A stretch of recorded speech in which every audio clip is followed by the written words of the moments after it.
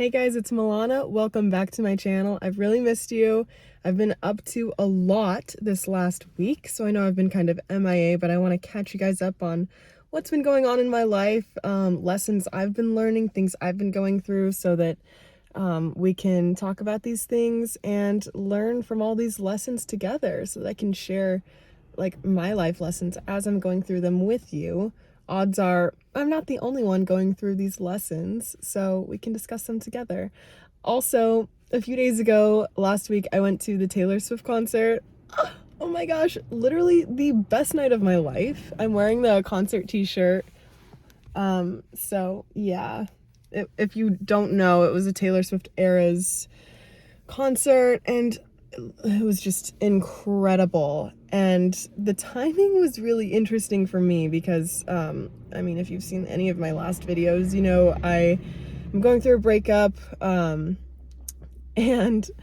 so I was like, I wonder how this is gonna be going to a Taylor Swift concert when I am heartbroken. How is this gonna go down? And there were times when I was like, oh my God, like literally crying.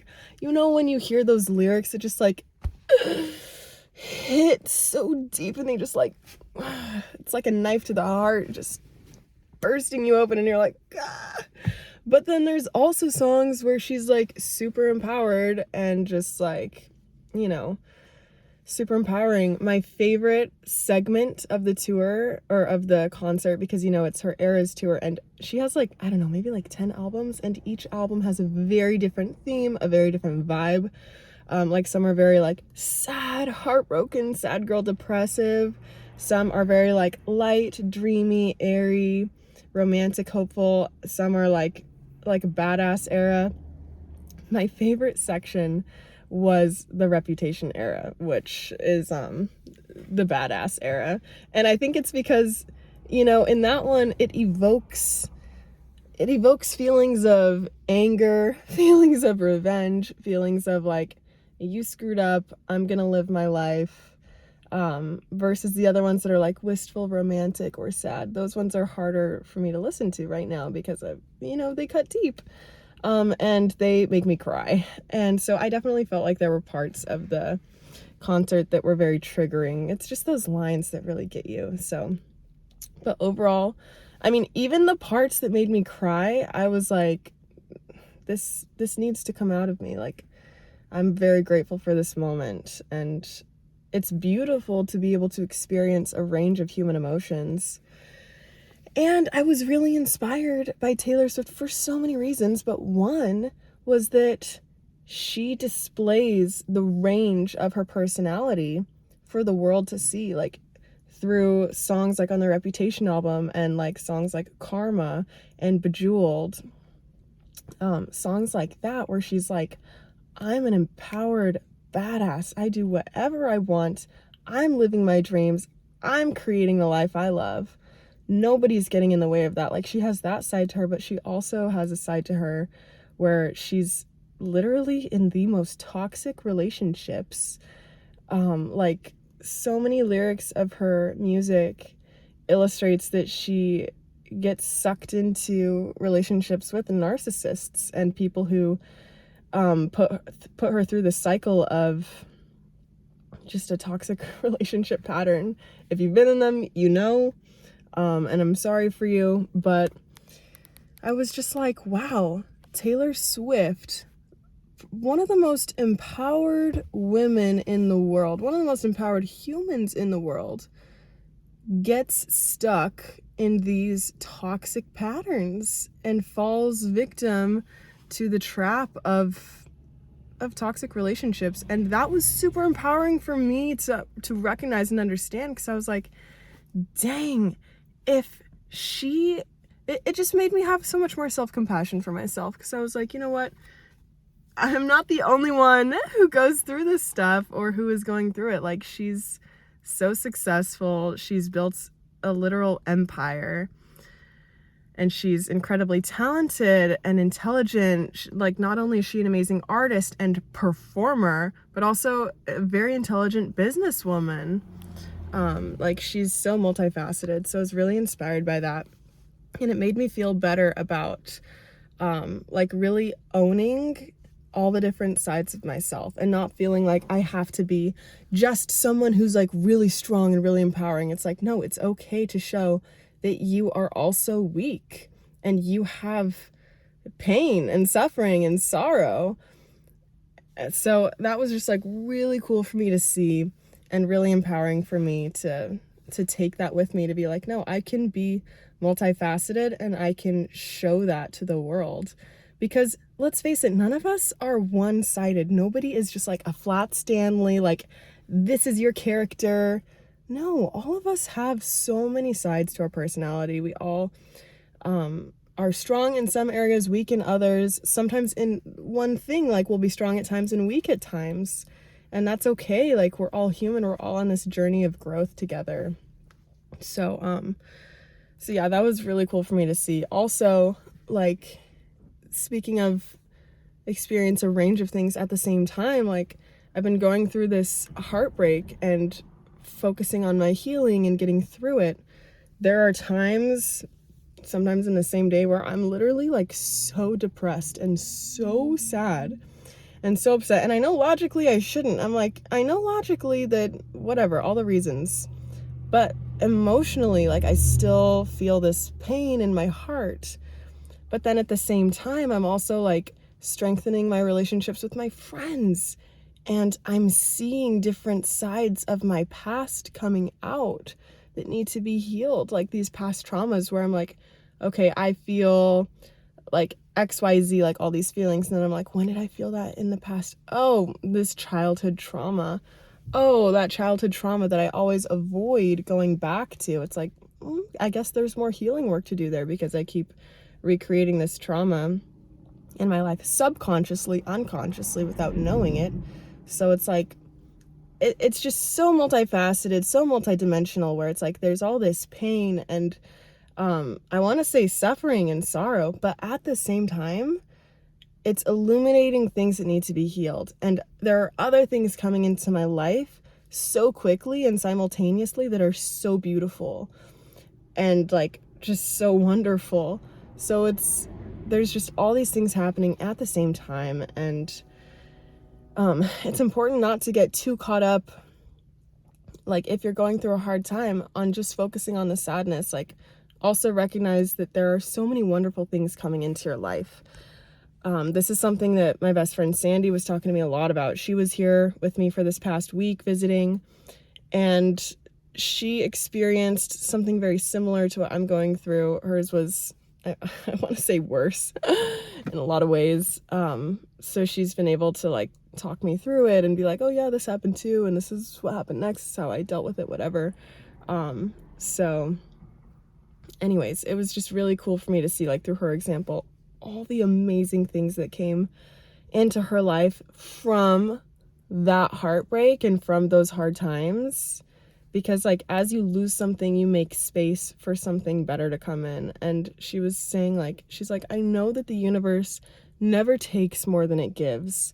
And if it takes something from me, it will give me something and things that are way, way, way, way, way bigger and full of more joy. And I've been able to witness this firsthand with her. Like, her life is amazing. She's manifested such beautiful, wonderful things. Not even all of them super intentionally being like, oh, I want this, I want that, I want this. It's not like with her, it's necessarily a laundry list with her.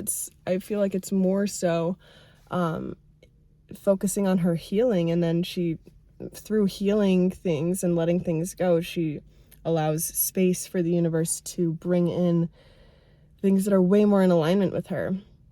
And it's a process and it's a journey. It's not like everything is just gonna boop right all at once. Like, imagine if everything in your life was just like that you could ever want in this life just happened all at once. What would be the point of life? We'd be bored. It's supposed to be a journey, and experiencing the highs and the lows, the loss with the additions, the pain with the joy, like it's all part of the human experience.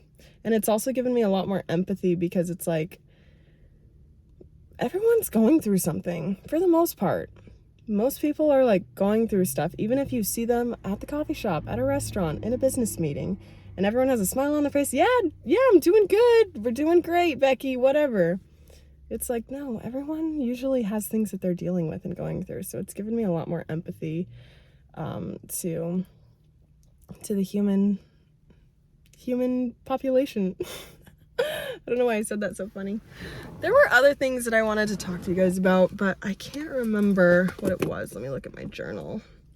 Oh, if not now, when? That's something I've been realizing, like, even just the past 24 hours with my healing. I'm like, if I don't heal these wounds now, when will I? Because I was looking at patterns. It's so good to look at what's the common denominator in something that keeps happening in your life. Like, take relationships, for example. Relationships are a wonderful way to look at this. They can be really hard to be honest with yourself about. You might need a friend to really hold you accountable and like have a conversation about it, or a therapist. I'm obsessed with my therapist, by the way. And getting therapy, it's been so helpful. It's just a different side of the healing journey and different tools that you have available. But anyways, that was a little sidebar. If not now, when? So like, I don't want to get too specific on like what exactly I have experienced, because it's different for everyone. But I've noticed that there's a certain common denominator that I feel and that happens to me in relationships, and it stems from something in childhood. And I'm like, okay, so I'm unconsciously repeating this. If I don't really heal this now, when will I? If I don't take the time now to heal it, it is going to continue to manifest throughout my whole life. And I just think of being in my 50s and experiencing the same drama. And you know why I think about that? Because my mom and my dad are still married, happily in love, bless their souls. That is so rare. Most of my mom's friends are single. They're single women in their 50s, and they're really cool. I like them. I hang out with them. They have girls' night. I hang out with them. I hang out with people in their 50s a lot more than people my own age, which is kind of funny. But I listen to their relationship drama because they're basically all single, or like they get in and out of relationships. And it's like, this is the same stuff that happens to people my age. And like, they're lonely and they wish that they could be in a healthy, happy relationship. They're all like jealous of my parents having a happy and safe relationship. And I'm like, I don't want to end up like them. No offense to them. They're super cool. They're all like empowered badasses running businesses and stuff. But at the same time, they wish that they had like a loving companion to go through life with. And that is a goal of mine too. Not saying I need it right now by any means. And if God forbid I was to never have that, that's okay. Like, it's my life experience. However, what a beautiful thing to go through life with someone who gets you and who you can continue to grow with. So it's like, if I don't heal these patterns and this trauma now, I'm going to keep manifesting it in my life. But here's the thing, you guys, it's painful and it's uncomfortable to look at yourself deeply in the mirror and be like, oh my God, this is my trauma. How can we heal this and reframe this? And there's different things that you can do to heal trauma.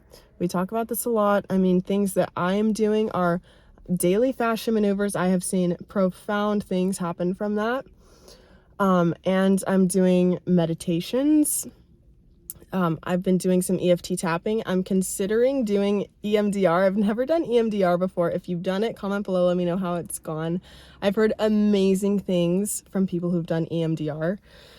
So, yeah, and I'm also doing therapy because, look, if you don't analyze the pattern and intentionally break the pattern, it's going to keep happening. And it's hard.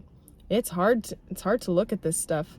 I mean, yesterday, Sandy and I were at the beach. Maybe it was the day before. We're at the beach. You know, we're standing in the ocean, and she looks at me and she goes, "Are you okay? bro? And I was like, I feel like crying. And she's like, just let it out. And I'm literally standing there in the ocean, like crying, like, oh, well, at least the ocean is like washing away my tears.